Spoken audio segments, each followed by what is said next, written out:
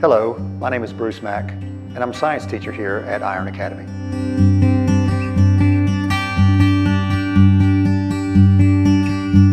From as long as I can remember, I've had a passion to know things about nature and science. It led me to go to the University of North Carolina at Wilmington, where I majored in biology and concentrated in marine invertebrate zoology. After college, I continued my lifelong passions, and the Lord led me to teach at a Christian school in Raleigh for 13 years prior to my coming to Iron Academy.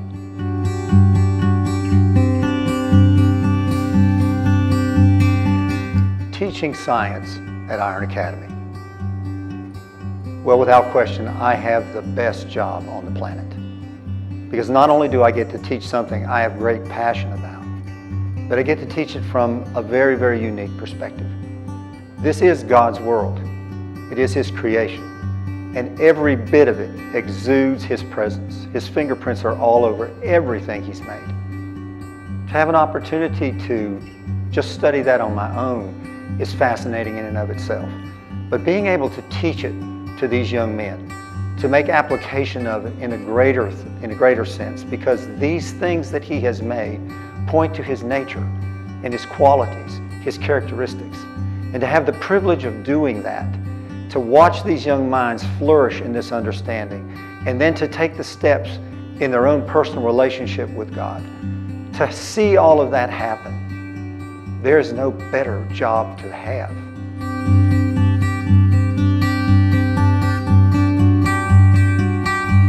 When I think about probably the biggest idea that I can think about for Iron Academy, the Iron Academy difference, I would say it's scholarship. And when I think about that word, I come to a very sad realization that the way the world teaches is extremely compartmentalized. We take an hour of math and an hour of English and an hour of history and an hour of science, and we make it all individual pieces, and we direct our students in such a way that they think that way. But that's not how a biblical man should think. Every bit of information that God allows him to have, he should have at his fingertips. And the only way to do that is to see the interconnectedness of everything that God allows this young person to be exposed to. So in the classroom, I want to be able to draw from any and every bit of information that the student has. And I want them to understand that these are the tools that God has placed in their toolbox, so that in whatever situation they find themselves, as a young adult, as a parent, as a grandfather, that they'll be able to draw from all of that information and make them the kind of man that God wants them to be, a person of many parts, a total, complete biblical man.